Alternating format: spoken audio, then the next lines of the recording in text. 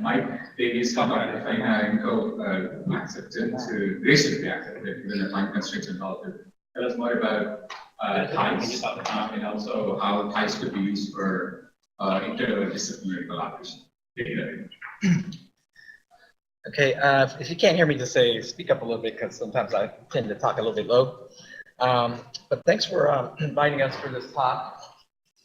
So I'm from Department of Biomedical Informatics, DBMI, and just go over this. We'll do sort of a technical overview first of what ties is.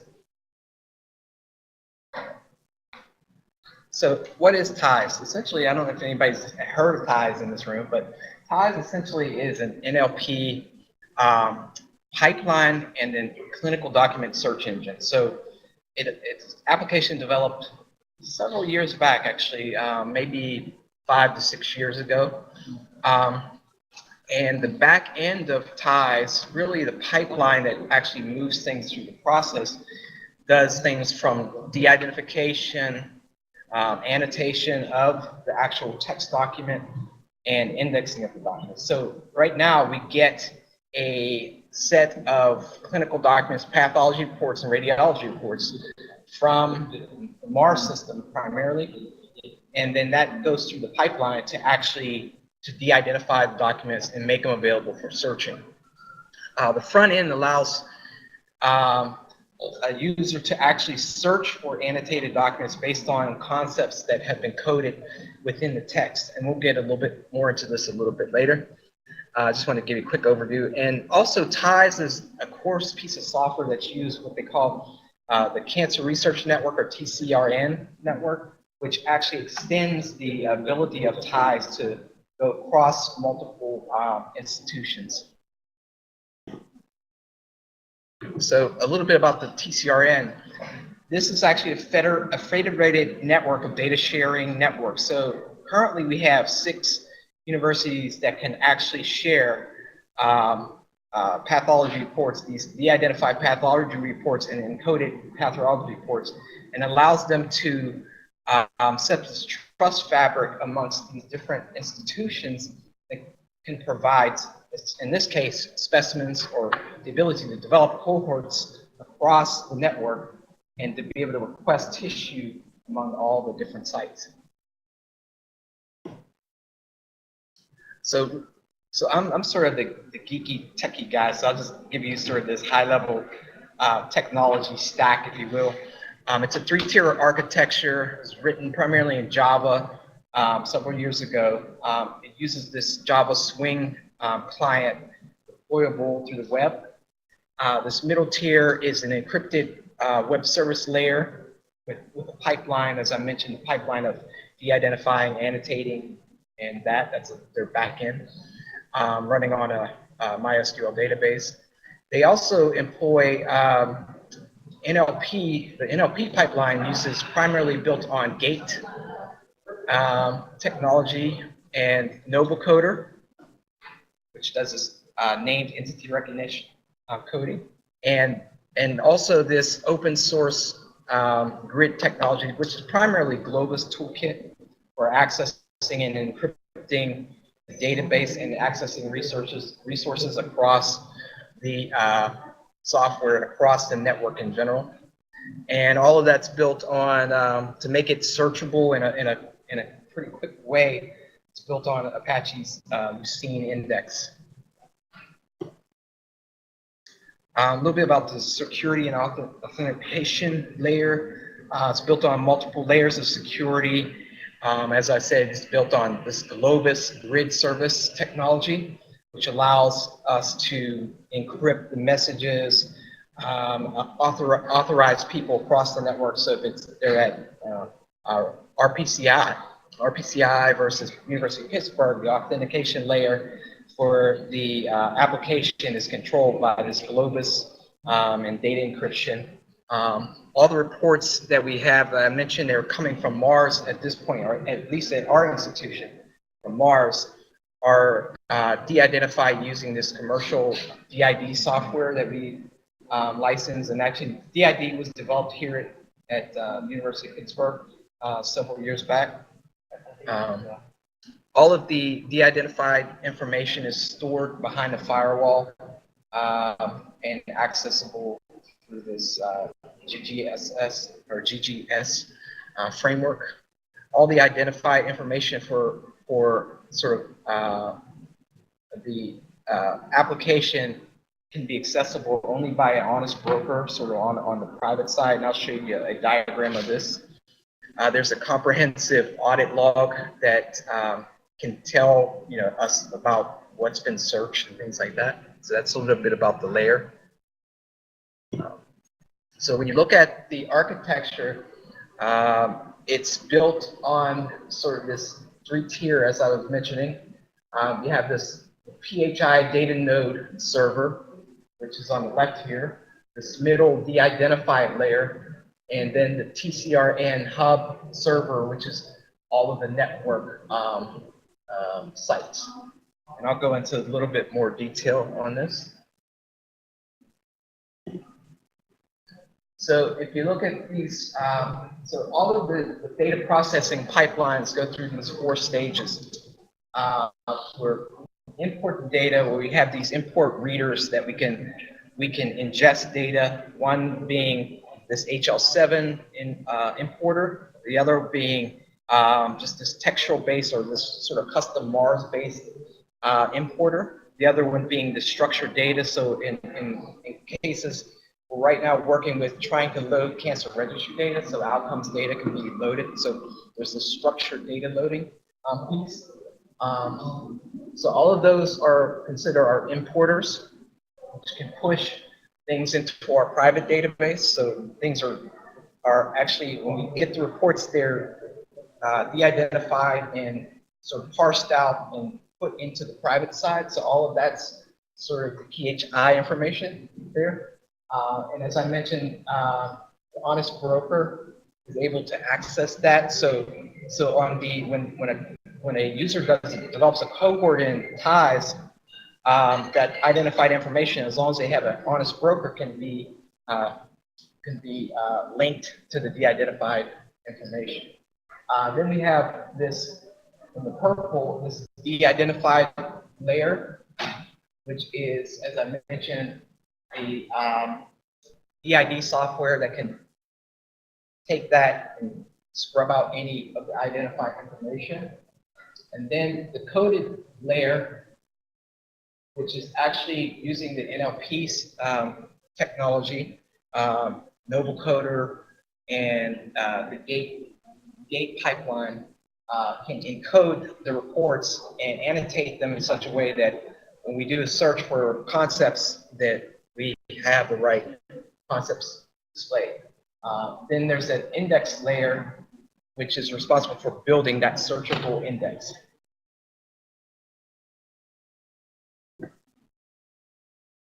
So ties, what's in ties right now? So right now we have over 26 million radiology reports, over 5 million pathology reports, and in the future, as I mentioned, we're looking at importing the outcomes data from cancer registries to sort of augment the path reports. Any questions, real quick questions? No, it's like a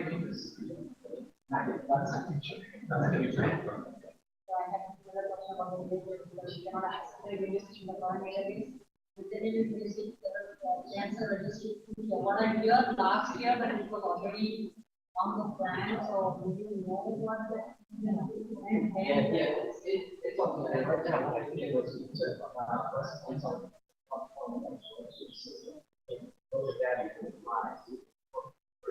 It's available now if we want. It's in the beta form, so I would say available, but not. What we're doing is looking at defining the variables and put it over. Not all variables in the registry are some interpretation. So let's not concentrate on those things that transcend staging, that kind of things. It's outcome information, pretty standard, pretty reliable. So we're refining which variables we need to load. And then we have this plan to sort of think we're looking at ovarian next, and we have this sort of standard approach to implement this. When you have this, when you say radiology records and pathology, it all seems like structured data, right? These are actually text reports that we extracted from walls. And then they're annotated using coders to go through and look for concepts. All this concepts information. That's so the actual reports that you get from Mars are there. So pathology report will be like not I actually have a few examples of how it looks like.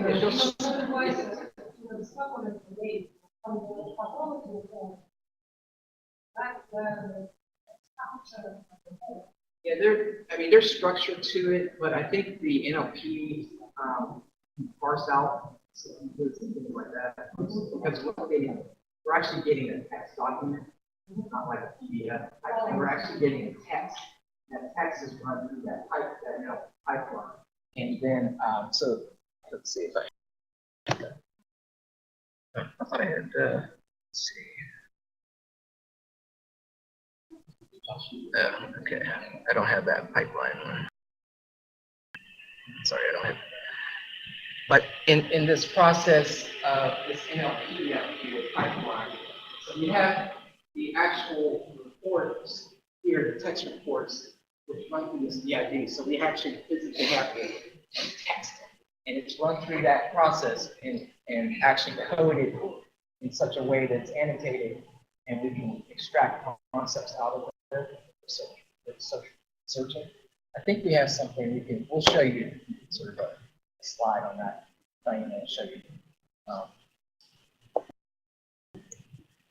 So I'm going to turn it over to Faina because she's doing some sort of use cases with ties that can better explain how ties work. Yeah, so Mike did a wonderful job explaining the technical components of ties, and I think after hearing about the technical details, the question is how can I use this for my work? I'm a cancer epidemiologist, and I want to give you examples of how I found ties to be helpful for what I'm doing. And I think since I know Carl pretty well, I'll pick on him a little bit to give you examples of how something like ties can be useful. So one of the examples that I wanted to start with is I published this paper last year, and it was dealing with my area of work, which is individual cancer epidemiology, and we wanted to see if this spipal biopsy, which is a method used to detect individual cancer, if it works successfully, and if yes, for what percentage of people within the immune system. So to do this work, it was really, really complicated because we had to get access to the medical record. We had to have a student connected to the system, and then the student went in to start to get things around. So it was a huge time drain. So when I started working with ties, I could not do the same project with ties, but I think it opened my eyes as to how some things could be done much faster if you have access to a system like ties. Because on the tip of your, basically, fingers, you have access to all pathology records within the UPMC health system. So no matter what kind of disease you're working with, even if it's a rare disease, you'll find something in this repository. And one question that you may have, like, I'm a pathologist, I have access to anything that I want to have anyways. So I think with ties, it's a little bit different. Even if you have access to CompPath, you cannot do queries the same way as you can do in ties. Because in ties, you can select a condition, you can select even a surgery. And you can search by that, and you'll have access to like a big picture. So, like, for example, with Carl's work, he works near head and neck cancer, right? So let's say he sees a cancer case that is relatively rare, but he sees it a lot in his practice. So the question can come up, does Dr. Snyderman see those cases because he's a specialist, or is it because it's pretty popular in Pittsburgh, and that's why we see all those patients around here? So what he could do with ties is log into the system, search by that particular cancer, and see if that cancer is burdensome within our population. And as Mike mentioned, we also have access to some other facilities such as UPenn and others. So we could also see those cancers actually in those facilities as well. So this is just a brief intro of why ties may be important to your work. So another thing that I'm trying to tell people when we present about ties is that we do need research to get promotions as a faculty. And right now, it's really difficult. Let's say you want to start your own cohort. It's really difficult to get that. So with something like ties, you can relatively quickly develop a publication based on the existing data. So you don't need a huge R1 to collect this data. You can develop your own cohort using the ties system. And by doing that, you can hopefully beef up your portfolio, have more publications, more presentations, more things that can be done with like really low resources. So if you're interested in getting involved with ties, and if you want to get ties account, these are some of the steps that you need to do. So the first thing is get an account, and we do that by just getting to ties website.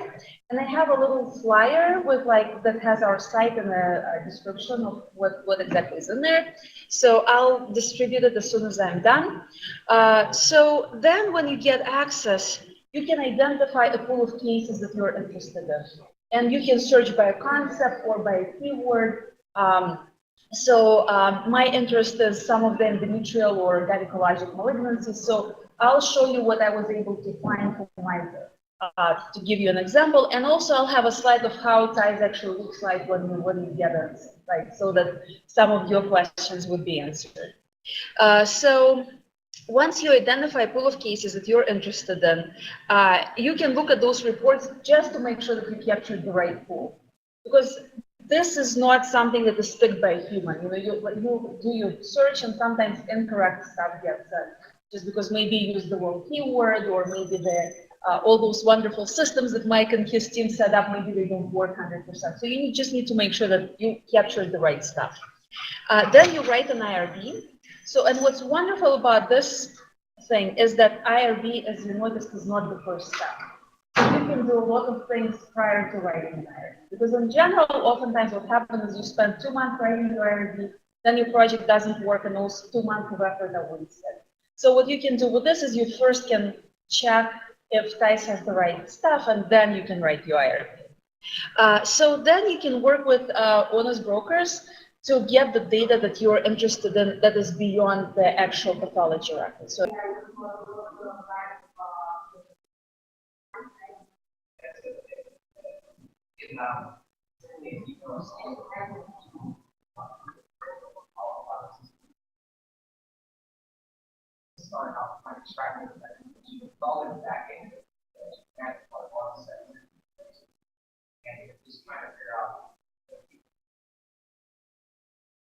use just the concept codes of the meeting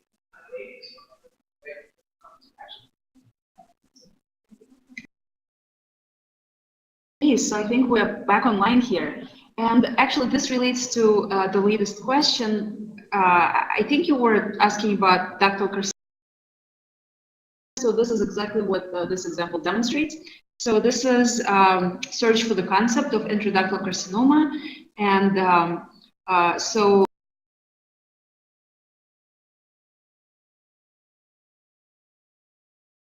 how things look like when you actually start using ties.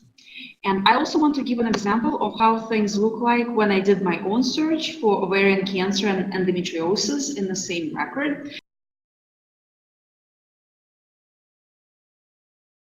Of mine. So I put those two concepts together here. It's from the University of Pittsburgh only because I wanted to see if this particular condition is burdensome in our area. So, and I found quite a few reports, which was really helpful for some of the collaborators. So no studies published yet, but I think we'll be getting there because those two conditions are really, really interesting, especially when they occur together. What is really interesting is the opportunity to do temporal search. And I think this also relates to your question. So we do not want to have multiple pathology reports, but maybe half of them being from the same person and then the other half being from random people. So there is a search that can sort of narrow down certain things. And so I can't quite see what exactly it shows here, but using temporal search, for example, for one of my searches, we identified people who were first diagnosed with endometriosis and then with ovarian cancer. So this has the temporal trend that we are interested in. So this is something that you can do with TICE. And it doesn't have to be related conditions. So like, for example, if you're interested in head and neck cancer person, then got lung cancer or something like that, that's possible too. It's not going to be common, but you'll identify cases like that. It's probably going to be a few hundred. So why use TICE? As I mentioned, it has the temporal search. It has access potentially to both structured and unstructured data. And this also relates back to some of the questions that were raised before. So the pathology record that you see itself is kind of unstructured. But there are some ways to get structured data, and especially if you work with registry. So if you're able to link with registry through honest brokers, registry has like wealth of data that is really, really useful. I think just the number of records that we have is really, really helpful. So as Mike mentioned in one of his slides, it's like over 20 million radiology records and over 5 million pathology records. So that's a lot. For some of them, we have HME slides available. So I think it's really important to pathologists because it's not just the diagnosis that is listed there, but you can actually see the actual slides. I think one of the reasons why TICE is particularly useful is because we do have collaborations with these other institutions. So if you're interested in something not just at PIT, but at those other centers, that's accessible too. Also, it's totally free, so you don't have to pay for this data. You don't have to pay to get an account. So any data exploration stage is there free of charge. So if you choose to use TICE to get the actual sample and then you want to analyze it, then you pay for that analysis. And I think you also pay for the actual extraction of that tissue sample from the tissue bank. So that's the nominal fee. But this is where your expense starts. So we have capacities for advanced search options. Some of them Mike already described. For text reports, we have manual annotation tool available. And as I also mentioned, no IRB needed for the initial searches, which is really important for some of us who spend a lot of time getting IRB approvals. So this shows what I found when I was looking for endometriosis. So I found on over 20,000 cases, over 14,000 cases in the BMC network. When I was looking for specific surgical procedures, I found over 5,000 records within endometriosis and hysterectomy in the same record, because I was kind of interested to see if I'm looking for particular surgery type, which will I be able to find it? And it seems like it's available there as well, at least for some of the reports. And also over 3,000 reports with endometriosis and laparoscopy. In terms of structured data, so this is what you can do without obtaining an IRB approval. So you can't find a lot, but you can see some general distributions. So this is what I found for endometriosis and laparoscopy in one case. So like I was interested how old the patients were, for example, when they had those procedures or done. So, and what we found is that this is younger patients. Most of them are in their 20s or 30s. Also, what was really encouraging is that all of them were female, because sometimes I wonder what kind of quality do we have in there. So I was quite encouraged by this. You can look at those records over time. Is the incidence increasing, decreasing, and what does it mean? So this is some of the basic stuff. Again, this is without getting an IRB. This is what you can do tomorrow if you choose to do that. So this is how the actual record looks like. You start opening it up. So you have a list of your cases here to your left. And so then I clicked here, and this is what I saw to the right. And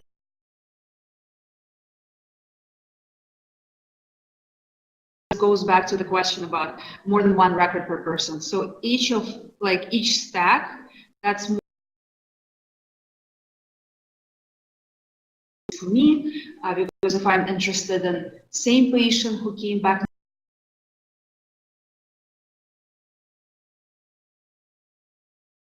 multiple times to have different pathology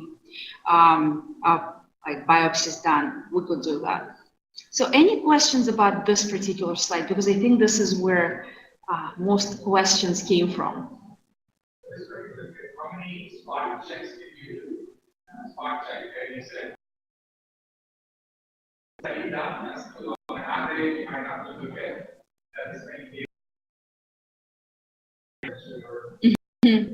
I think it very much depends on your question. So when I was looking for endometriosis in laparoscopy, for example,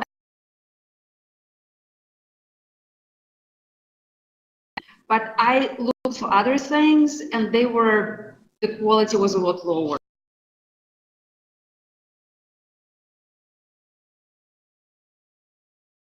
De Guido, the head of IRB, he is interested in pap smears. And pap smears, they're numerous, different things, they find different things. And when we started search for that, because there's like probably close to 1 million cases in ties that are, and there is a lot of them. So I mean, we didn't do a formal study, but my gut, as long as you have a narrow condition, you're in good shape. It's really popular without an exact diagnosis in mind, then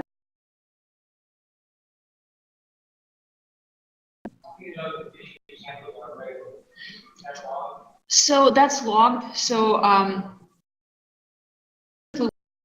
we do not know if TIE system tells us that there is a sample available. We do not know for sure if there is an actual sample available and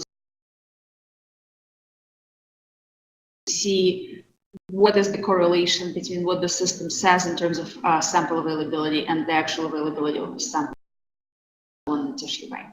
So, and also like, I'm not sure if you heard about that Iron Mountain, but sometimes things get there. It's difficult to say if they're there, and it's difficult to say if they're there, maybe somebody else already borrowed them and never returned them.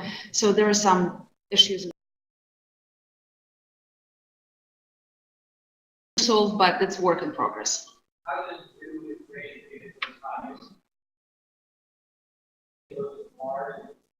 Yes, yes. Yes, so everything from Mars goes to TIEs, but I think it's not immediate. So I think it's once a year dump or something like that.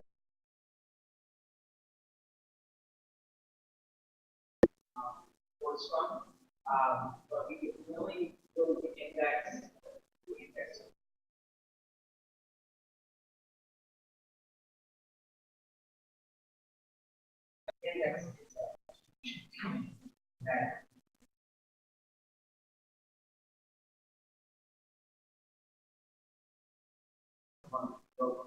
I think it's always processing.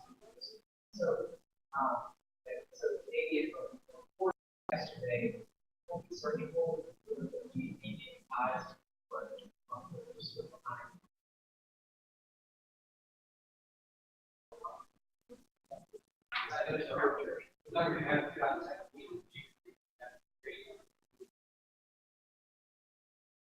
because I did it in 17, so 17 was not complete, yeah. So this is sample pathology report from cases with endometriosis.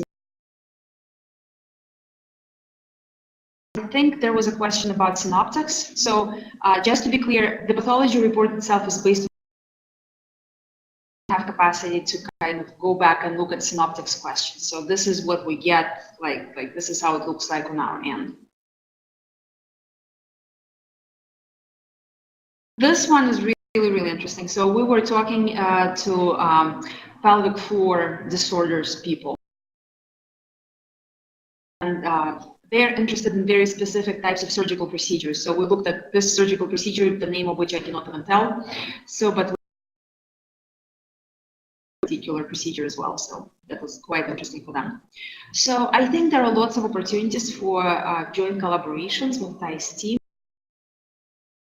here for a couple of minutes to discuss some of those. So some of them are identification of priority research areas. So for example, you have a question, you don't know whether you want to pursue it. With TIES, we can answer if that area is even worth pursuing in a way. It's really good for rare diseases research. It provides wonderful opportunities for publishing. Some of you may have fellows or medical students working with you. It's a wonderful opportunity to create a short time contained project that they can take from start to finish. This is how a TIES website looks like if you want to get access. So you'll come here and you'll ask for access. What you get with different types of accounts. I think I'm account and I got most of the information that I need just from that. So you don't need like this fancy account to get started. So, and I'm turning the floor to Mike. He has two. Future of TIES. So as I said, TIES has been around for a number of years.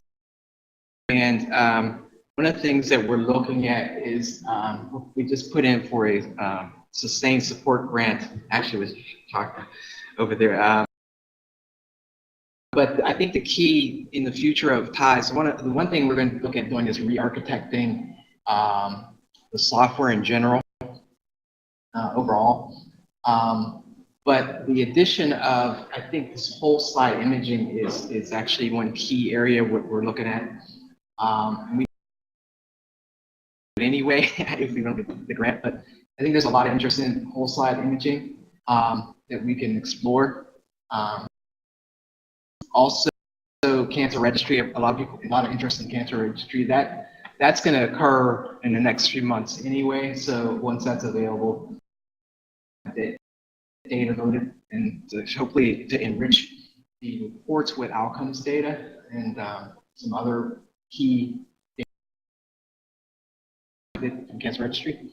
Also, feature extraction and annotation pipeline using Thrive and Quips software. That's why we're looking at re-architecting TIES to sort of include the software components and the great work that Thrive and Quips to incorporate that into TIES in general. This data discovery portal, this where we sort of extend this faceted search to allow a little bit more granularity in searching. One area also providing some more sort of insight into the cohorts and things like that. And expand our data sharing with the TCIA network for the images. So once we have Thrive and incorporated, we will continue to sort of link out and reach out to those other networks to expand. So we not only have the TCIA network, but also a link to the TCIA network. So if you remember the sort of architecture diagram that I showed, sort of the newer version is still built on this sort of identified side, de-identified, or DMZ type zone. In the network access zone with a little bit more services, if you will, service-oriented kind that we'll be looking at. But the addition of the image importing service will be really helpful. Whole site the identified process and that whole Quips Thrive pipeline to do feature extractions on the pipelines. And then also I mentioned the publishing, this sort of subscriber publishing model, if you will, to and to allow people to sort of do annotations in a kind of, so if they have whole site images and they do some other annotations on top of there'll be sort of this, and we're still trying to, it's all conceptual right now, but we're working out the fact that if they do these outside annotations, can we pump that back into our network in some area where allow annotation service to expand it. So if you have multiple collaborations across different on feature extractions or other annotations, that's going to help provide us with to leverage that information also. That's kind of the future state. This is the team. Dr. Bisage is actually our leader, project manager, things like that. So that's the team. Any questions related to anything that we've presented?